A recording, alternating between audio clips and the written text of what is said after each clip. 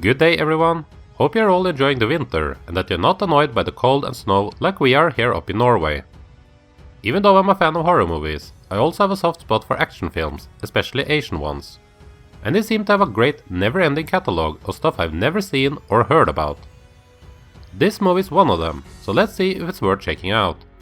I am Torstein from Cinema Terror, and this is the 1993 film Women on the Run.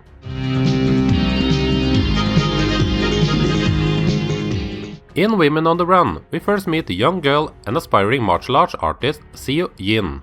She comes from a small village in China, but has big dreams of one day making it as a martial arts actress in Hong Kong. She meets a young man who convinces her to join him on his travels to the big city, but it quickly becomes clear that he has ulterior motives. He exploits her by introducing her to drugs, and then forcing her to become a prostitute. She eventually gets away from her abusive boyfriend, but still being hooked on heroin, she sees no other option for herself but to continue with the world's oldest trade. After a police raid, she again is forced to do something she doesn't want to do. The female undercover detective Ah Hung makes a deal with Seo Yin that she will be allowed to walk free of jail time and avoid being deported if she helps out bringing down the crime boss King Kong. Yeah, I'm not kidding, the bad guy character is named King Kong. But bad men does not only come in the form of underworld crime bosses. Seo Yin and Ah Hung will find out that even though they come from two different worlds, they find a common thread in that they are both being used by selfish, manipulative males.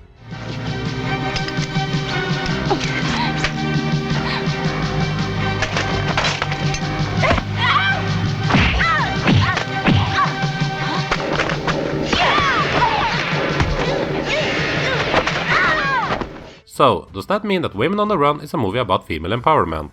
Not exactly. You could look at parts of it as that, but it would be hard to make that argument as the other part of this film is straight up exploitation and putting these two women into situations where they will do action scenes with either being in skimpy outfits or just totally nude. I do think that they had something here, not with the naked action scenes, although I certainly didn't mind those, but with the two badass females that come from totally different lives but still share similarities in their stories, teaming up to take down bad guys. It's a story that I could easily see being redone today in a John Wick type of style. Story aside, Women on the Run has some fun action sequences that are well choreographed and better than what I expected when I pressed play on this Hong Kong Category 3 movie.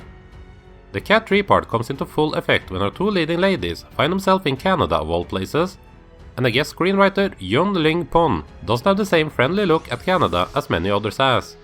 The two girls are being quickly attacked by a group of over-the-top bad guys, and just to make sure you know they're bad, the gang is introduced by showing them kicking a dog. An obviously stuffed dog, but still. Weed, man! Look, a doggy! Hey, come on, little doggy! Let it go!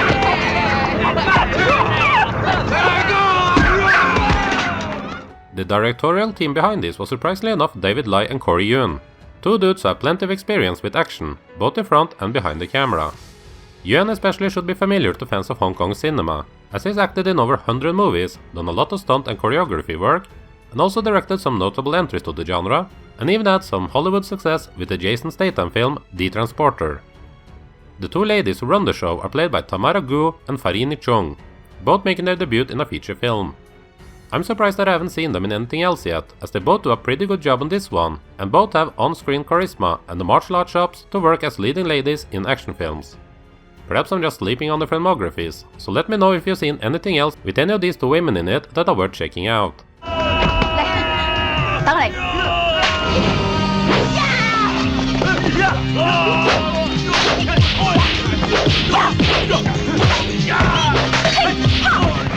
Women on the Run might not be a satisfying revenge film, as the humiliation and abuse that these females take outweighs the payback they get in the end. It is an absurd movie with an uneven tone that is hard to take serious. But if you have a combined interest in Hong Kong action and sleazy exploitation flicks, then you might just come out of this feeling satisfied by the entertainment it brings.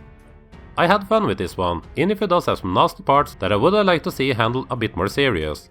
Women on the Run ultimately gets a good score of 3 out of 5. If anyone else in the world has seen Women on the Run, then I guess it would be my audience. So, have you seen this? If so, what did you think of it? And I'm always up for recommendations of more unknown Hong Kong action or sleaze, so you're more than welcome to put some suggestions for me and others in the comment section below. I hope you enjoyed this video, there are plenty more to be found on my channel, and I hope to see you again for more videos on the strange, sleazy and forgotten here on Cinema Terror.